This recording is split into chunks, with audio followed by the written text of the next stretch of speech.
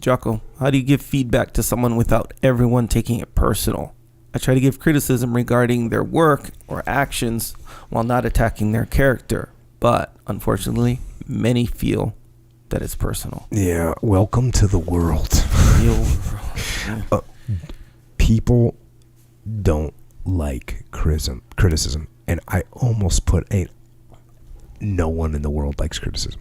Okay, so there might be 0.00001% of the world that's really like open and ready for feedback, right?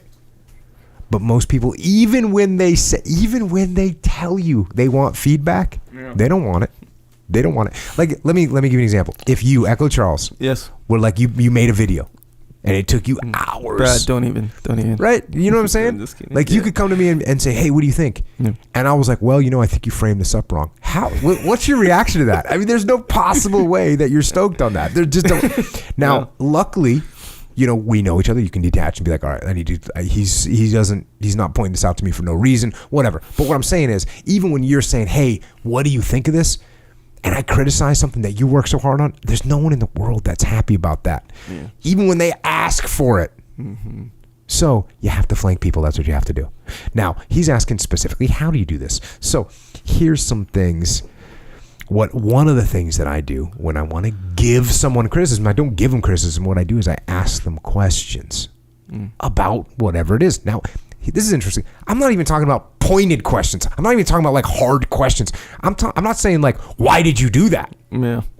I'm talking about, hey, why did you do it that way? Like, there's a big difference between like, hey, why did you do it that way? Yeah.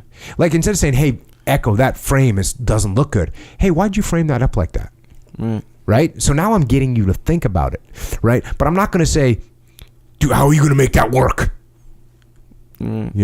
I'm going to say, well, hey, do you think you're going to be able to make that work? If you did something and it doesn't go well, I'm not going to say, did you actually think that was a good idea? Yeah. Instead, I'm going to say, it's not a pointed question. I'm going to say, well, did that unfold the way you thought it was going to unfold? And now you're going to get to answer the question. Now you're going to be the person that uncovers the fault. It's going to be you, not me. And that makes it so much more palatable to everyone when they're able to say, oh, yeah, I saw this over here. And most of the time, the person knows the truth. Most of the time, the person knows that thing's not framed up right. They know that their idea wasn't that great. So you don't need to punch them in the face with it, because that's actually going to make them get defensive. So you flank them, you ask them the questions, you talk about it, you discuss the subject. And what you do is you guide them to a mirror. You guide them to a mirror, and then you just have them look in that mirror. You set them up so they have to look in that mirror so that they can see the problems themselves. And once they see the problems themselves, they can start to correct them. Now, sometimes it's your ego that even once they see the problem themselves, people want them to take credit for showing that. So you got to check your ego. You got to make sure that your ego isn't saying, I want to prove to this person that I know how to frame this up better. Then you got to put that all in check. You got to just let them have it. So now, are there situations where you can give really good, frank feedback? Yes, there is. But you have to have a good relationship with that person, a really good relationship with that person. And then usually one of the best ways to make this happen is that the negative feedback is going both ways, meaning I want to get negative feedback about my performance from that person so that there's some equanimity in what's being said amongst us, right? So I might say, hey, Echo, hey man, I did this, I answered this question on Q&A. Did you think that was a good answer? Because I think, I think could have been better. And then you say, yeah, you dragged on, you talked too long and whatever. You give me some critique. And then I go, oh, yeah. Hey, and by the way, the lighting on that didn't look good. Right? And so now we have a little mutual criticism and it's all good. It makes it a little bit more palatable to you because I made the thing. And so that sometimes works. But what's interesting is even when you do that, some people just don't even freaking care. And they, even after they just tear you apart, and then you throw a little nick on their shoulder, on their arm. You give them a little nick about something that wasn't right. They still get. Yep. So you have to have a really great relationship with that person to be able to have just that straight straight feedback, but build relationships, ask them questions, let them find their own faults if you can, and be their guide. Guide them to that mirror, guide them to their faults. Now, of course, there are some people that won't even find their own faults, no matter how you guide them and how hard you try and twist them to look in the mirror. You have to let them know. You actually have to come out and say what's going on. You have to be more direct. Now, luckily, if a person is the type of person that fails to see their own faults, they begin to fail, right? Because they're making mistakes. That's why they're faults, right? They're making mistakes. And when they see that, when you see that, and you see that their project is failing, or you see that their people are revolting against them, or you see that they're missing deadline after deadline, they know that too.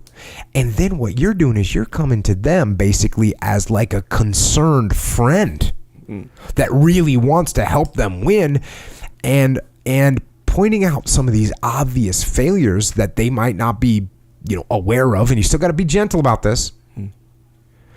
But when you come to them, you can come to them as a friend, as a person that really wants them to win, and you can come out of there looking like the good guy trying to help them get their self back on track. So those are some of the basic strategies that I use to help people do a little course correction. If people need a little criticism so that they can improve their game for themselves, for the team, etc. Very good. It's tough business, man. That's my input. People don't like criticism. Yeah. I'm here to tell you. Yeah, they like praise. You know how? And the other side of this coin, if you're a person, which you are, and you don't like criticism, which you don't, if you can open your mind to the criticism, man, you're gonna get so much better about everything that you do. If you can just listen to people without getting ego crazy and thinking, what do you know about this? Yep. Just listen. Yeah, it's true. Just listen, nod your head, listen to what they have to say. They're trying to help you. Yeah. Right? We assume that they're trying to help us. Yeah. Well, listen to them. I don't know. Oh, yeah. Are there times when they're not? Absolutely. Yeah, because if you go in with the assumption that this person's just trying to cut me down, well, then that's not going to get you anywhere. Yeah. But if you make the assumption, you know what? I'm going to listen to what this person has to say. What's wrong with that? Yeah. Even if it's an assumption, and we're not supposed to assume. If I assume, you know what? I'm going to assume that Echo is giving me criticism right now because he wants me to do better, and I'm going to take them as face value as I can. Yeah. That he is trying to help me get better. Yeah. Boom. Yeah, and that's actually really correct. If you start at that point, that's your default, right? That, hey, this criticism is to help. Now, I might look at your criticism and I analyze it from a detached perspective, and I go, I think actually Echo is just trying to drag me in the wrong direction because he's jealous, and I might get to that point. Yeah, and it'll be way more obvious. It'll be way more obvious if you started at that other point where it's like, okay, it's here. But if you're just default, he just wants to try to look like he knows everything, or he just wants to, make. If you start not there, the place to be. Yeah, you can't even kind of discern, if that really is happening or not. Not the place to be. Not the place to be.